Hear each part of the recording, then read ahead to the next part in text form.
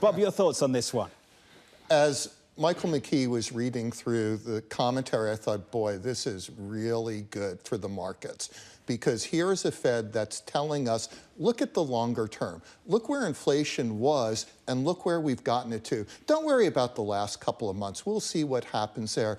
I actually think that's the right message. I don't believe the law of long and variable lags has been repealed. I think they've been delayed because of all the fiscal stimulus that's still in the pipeline, but they're still there. You are seeing some pressures on the economy.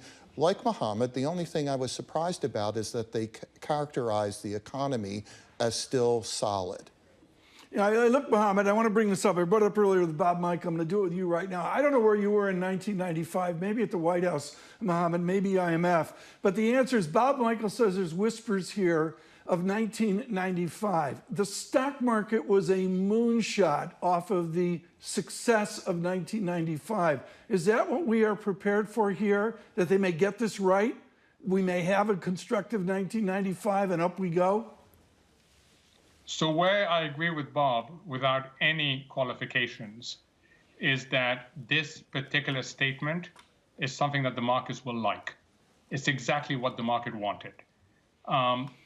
As to, are we going to repeat 95 in terms of market reaction? Tom, what I'm worried about, because I truly believe that this is not about lags, that there are structural aspects that are running the equilibrium inflation rate higher than it has been in the past. I worry that the Fed is going to be over tight this year. I worry that the Fed is not going to end up cutting because they're going to be so data dependent, so reactive, that they're not going to look at the weakness that's coming.